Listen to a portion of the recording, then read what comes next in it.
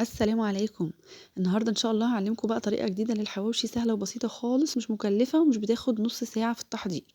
حضّرت معايا طاسة بقى حطيت فيها معلقة من السمنة البلدي كده ومعلقتين من الزيت، هاخلّيهم يسخنوا كويس وهادبّل فيهم بصلتين مقطّعين مكعبات بالشكل دوّة كده. هاقلّب البصل كده بالشكل ده لحد ما يدبل خالص، وبعدين أضيف له اللحمة. أنا عايزة البصل بالشكل ده كده مُدبّل كده بالشكل ده.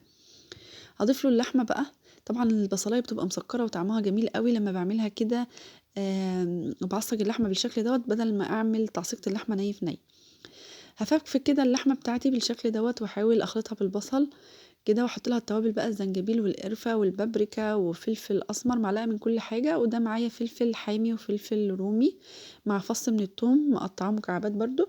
هاقلّب الحاجات دي كلّها في بعضها وهاسيبها بقى تتعصّج على نار هادية خالص، وهاقفل عليها كده بالشكل ده.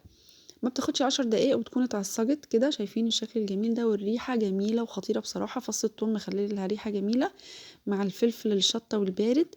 كده أصبحت اللحمة بتاعتي جاهزة، هاضيف لها بقى الملح المناسب وأقلّب كده بالشكل ده.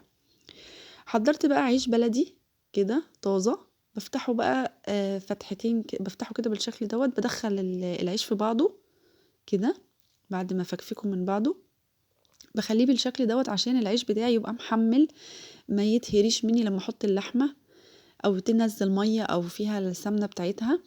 فبالشكل دوّة العيش بتاعي أصبح جاهز. حضّرت صينية بقى هارُش فيها رشّات من الزيت كده بسيطة صغيّرة، أنا مش عايزة الحواوشي بتاعي يبقى فيه زيت كتير، رش بسيط كده وهابدأ أحط اللحمة بتاعتي المفرومة في العيش كده، زي ساندوتش حواوشي كده بالضبط.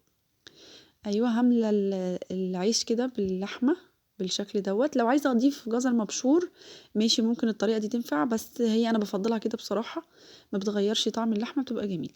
هاحط بقى شوية زيت كده على وش الساندوتشات الحواوشي بتاعتي كده عشان أدخّلها الفرن تتحمّر.